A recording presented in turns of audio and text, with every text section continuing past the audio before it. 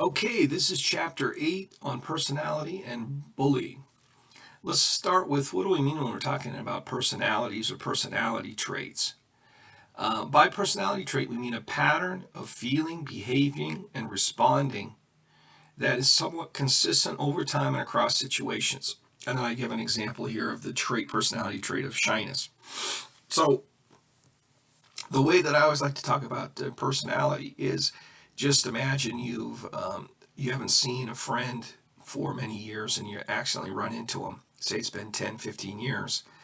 And then you realize that they haven't really changed that much, that they tend to say, I don't know, speak in similar ways, or they seem to have similar attitudes, or just a way of coming across.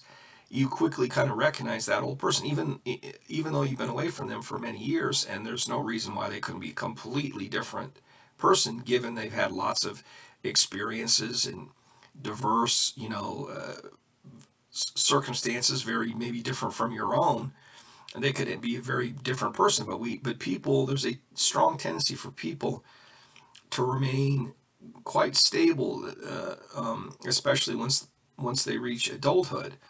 And personality research, personality theory tends to take the view that a lot of the stability comes, quite a bit of the stability is sort of, I guess we could call biological, that it has to do with brain wiring. Your brain developed and is wired in a certain way. It functions in a certain way. It responds to environmental stimulation in the similar way from day to day, in different situations. And so it's this idea there's a certain stability to who you are, how you behave. And so that's what they are referring to when they talk about personality. And again, it's not just kind of a continuity over time throughout your life, but also in different situations. So whether you're at work, whether you're at home, whether you're I don't know, at the club, if you're engaged in sports, if you're at church or something like that, that there's certain, the personality implies that there's going to be a certain stability. You're going to be, if you're shy, for example, in one situation, you might tend to be shy in a different situation.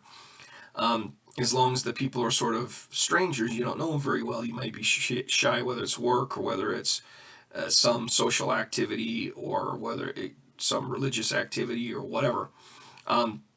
So the idea is there's a certain stability there. Now, one of the most respected personality systems is called the five factor model, also known as the Big Five personality traits. It claims that that you can kind of summarize or pretty much understand a person's personality based on five different, what they call super traits that make up their personalities. Now, those traits are extroversion, negative emotionality, agreeableness, conscientiousness, and openness to experience. Now, I didn't give the definitions on this. I should take a moment and let you know what these are referring to exactly. Number one, extroversion is they're saying that people vary a lot on how outgoing they are. Some people are really outgoing who love parties and love talking to people, whoever, strangers, and very oriented to comfortable engaging with people, even complete strangers.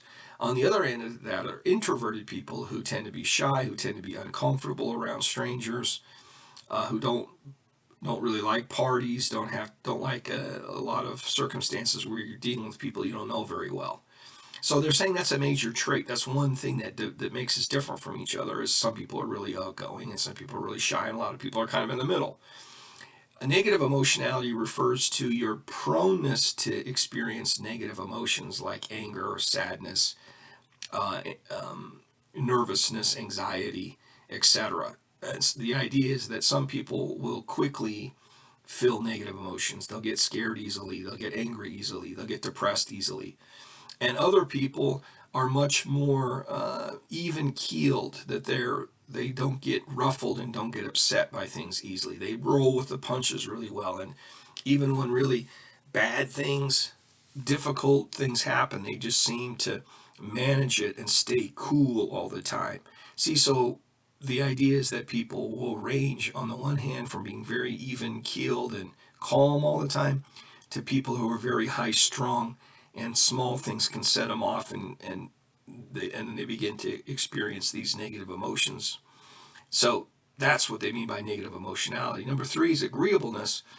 If people score high on agreeableness, they're really motivated to get along with other people. They don't like conflict with other people. They like cooperation with other people. They feel most comfortable if they're cooperating and agreeing and on the same page with other people. If you score low in agreeableness, that's or high in disagreeability, you're someone who enjoys the conflict with other people. You thrive on conflict with others. You're very comfortable. You kind of maybe like to argue. You like to kind of be at odds with people. You're very comfortable in that place. And so that would be low on agreeableness. So again, this is considered to be a fundamental difference between people, how agreeable or disagreeable you are. Conscientiousness, number four.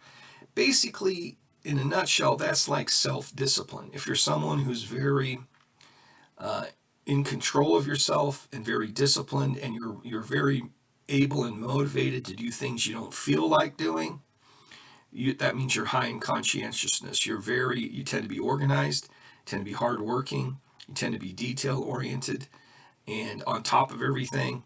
If you score low in conscientiousness, you tend to be kind of easygoing, kind of relaxed, maybe kind of messy, not too orderly, not very organized, and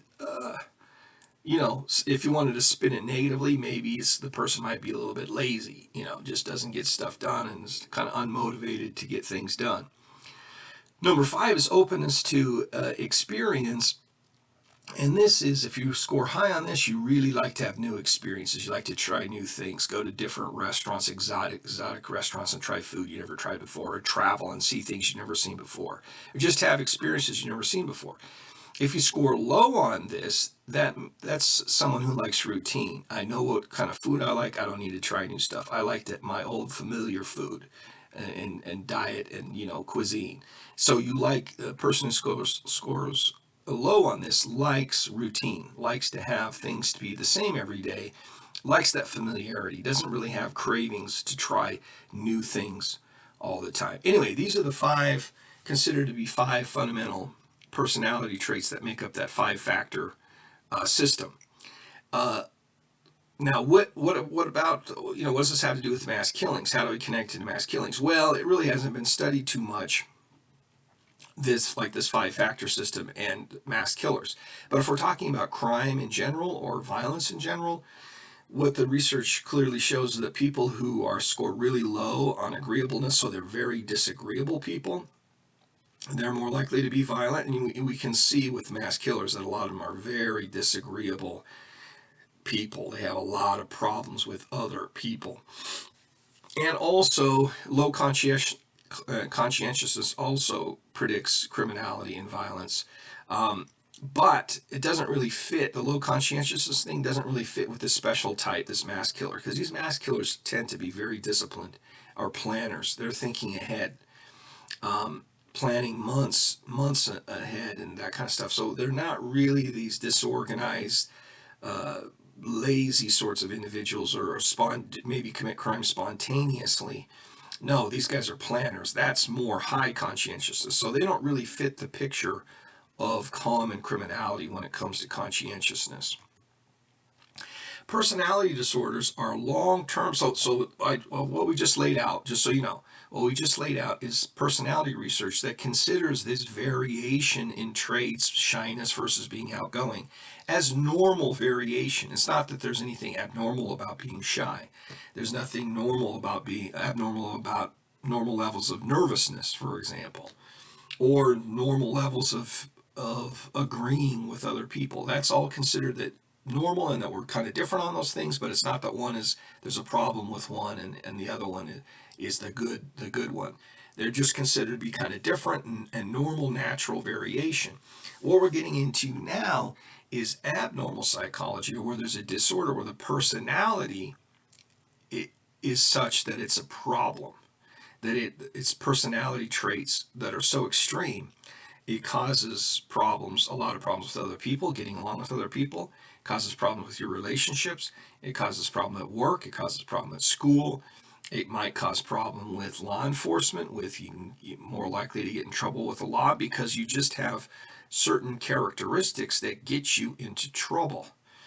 And so this is, one way of thinking of this, one school of thought is that these personality disorders are just extreme personality types, highly disagreeable, highly emotional, negative emotionality to the point where it becomes dysfunctional, where it becomes a real problem for the individual and for other people. So that's one way of thinking of these personality disorders as extreme personality, out on the ends of one extremely high or extremely low. So that's one way to think of it, and that sort of makes the thinking a little bit more like, well, there's not really abnormal or there's normal, that everything is normal variation, but some of it gets to be so extreme it causes problems. So therefore we're going to label it as a disorder. That's one way of thinking of it. And maybe the author is thinking in those terms when she's putting all these disorders in the personality chapter, which I myself would probably be inclined to put all these disorders, personality disorders, in a mental health, mental illness chapter, because I'm seeing them as being abnormal. Maybe she's thinking of them as being sort of extreme, this normal variation, but the extreme. So who knows about that? But just so you understand sort of different ways of thinking about this. Anyway, so personality disorders are long-term patterns of behavior and inner experiences, so emotions and perceptions, all the stuff on the inside, that significantly deviate from what is expected. I would put it, this is the way she's putting it, I would put it a little differently than that. I would say that it's good to focus on dysfunction, that your patterns of feelings, of behavior, of thoughts, of perceptions that are regular, they're like personality, they're stable, they cause dysfunction in your life. They cause you trouble. You have trouble at work. You have trouble at home. You have trouble with friends or peers, with other people that you're dealing with. You have trouble with life, at being able to do all the things you need to do in a healthy, constructive, effective way. So you have certain personality traits that cause you a lot of trouble. And so you can think of it in terms of dysfunctionality.